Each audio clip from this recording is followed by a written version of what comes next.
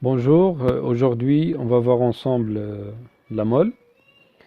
Alors on exprime souvent la quantité de matière par la masse, le volume, mais un chimiste s'intéresse plutôt aux entités élémentaires constituant la matière, à savoir les atomes, les molécules, les ions. Alors c'est pour cela on définit la mole. Alors on mesure la quantité de matière en chimie par l'unité mole. Alors, qu'on représente une mole de matière?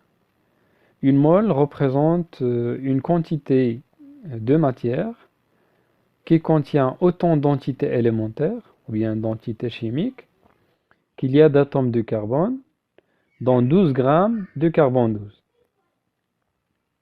Le nombre d'atomes dans 12 grammes de carbone 12 est égal à peu près 6,02 10 puissance 23.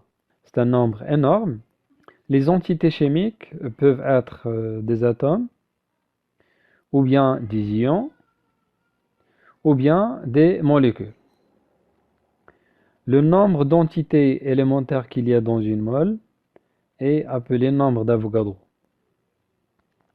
Alors si on dispose d'un échantillon qui contient n entités élémentaires, bien sûr c'est très simple de calculer la quantité de matière en divisant le nombre d'entités qu'il y a dans cet échantillon par le nombre d'entités élémentaires constituant une mole de la matière. À savoir que n est un nombre sans unité. Alors pour avoir la quantité de matière exprimée en mol, on doit associer au nombre d'Avogadro l'unité mol moins 1. Et ce n'est plus un nombre, ça devient une constante appelée constante d'Avogadro. Un exemple d'application. Alors si on dispose par exemple d'un échantillon contenant 3,01 10 puissance 23 atomes de carbone. Alors, quelle est la quantité de matière que représente ce nombre d'atomes? Réponse.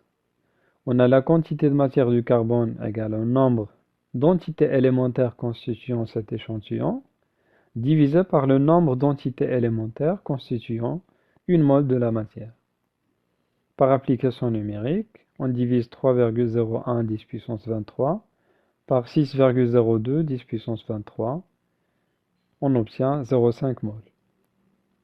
C'est juste une introduction à la mole. C'est intéressant de savoir comment calculer la quantité de matière. Alors en pratique, on ne peut pas dénombrer le nombre d'atomes qu'il y a dans un échantillon. Alors il est nécessaire de lier la quantité de matière aux autres grandeurs qu'on peut mesurer, à savoir la masse, le volume, et c'est ce qu'on va voir dans d'autres séances, Inch'Allah.